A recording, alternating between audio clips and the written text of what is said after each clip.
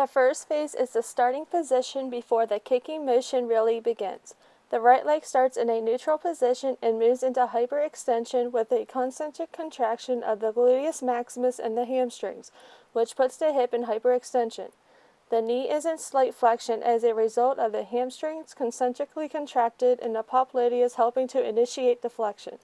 Ankle plantar flexion is also very visible due to the concentric contractions of the gastrocnemius, soleus, and plantaris muscles. You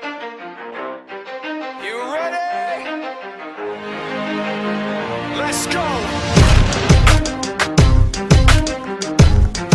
Yeah! For those of you that want to know what we're all about, it's like this, y'all. This is 10% luck, 20%. And during the second phase, the right leg swings forward. While the right leg is swinging, the hip is moving into flexion due to a concentric contraction of the iliopsoas, rectus femoris, sartorius, and TFL. The knee begins to extend because of the concentric contraction of the quads.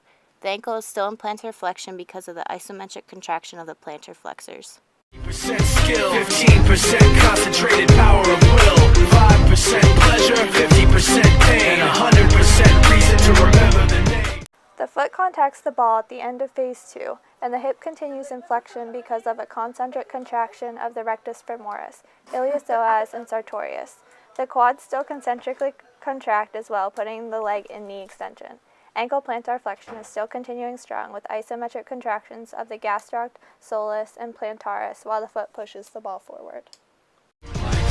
He doesn't need his name up in lights, he just wants to be heard, whether it's the beat of the mic. He feels so unlike everybody else, alone, in spite of the fact that some people still think that they know. After making ball contact, the third phase shows the follow-through.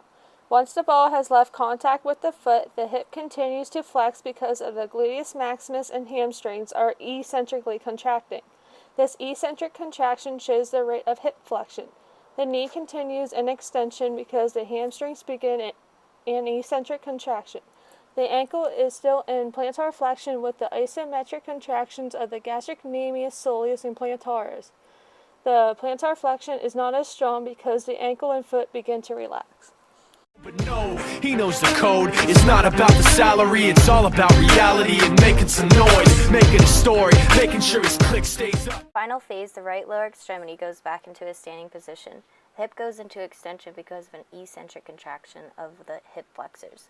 The knee stays in extension because of the quadriceps and an eccentric contraction. The ankle then appears to be in a neutral due to a concentric contraction of the tibialis anterior. Seems like he's never got time because he writes every note and he writes every line, and I've seen him at work when that light goes on in his mind. It's like a design is written in his head every time before he even touches a key or speaks in a rhyme. And those other fellas he runs with, the kids that he signed, ridiculous without even trying. How do they do it? This is 10% luck, 20% skill, 15% concentrated power of will,